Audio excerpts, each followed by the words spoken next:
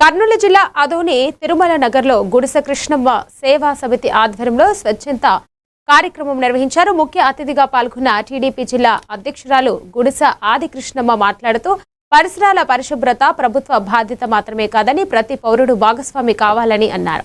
స్వేచ్ఛ అదోని ఆరోగ్యకరమైన అదోని లక్ష్యంగా ప్రజలు స్వేచ్ఛత కార్యక్రమాల్లో పాల్గొనాలని పిలుపునిచ్చారు. సేవా సమితి సభ్యులు స్థానికులు పరిసరాలను శుభ్రం చేశారు.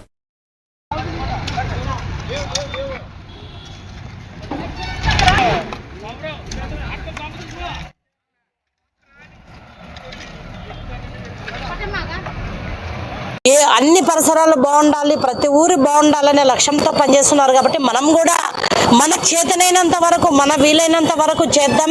ఈరోజు నేను పిలిచిన వెంటనే వచ్చినటువంటి గుడిసె కృష్ణమ్మ సేవా సమితి సైన్యానికి నేను ధన్యవాదాలు తెలియజేసుకుంటున్నాను.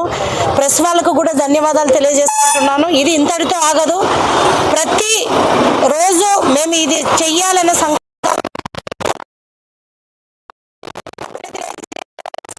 మన ఆరోగ్యాన్ని మన చేతుల్లో ఉంది కాబట్టి మనం పరిశుభ్రంగా ఉందాం, ఆరోగ్యంగా ఉందామని చెప్పి తెలియజేసుకుంటున్నాను.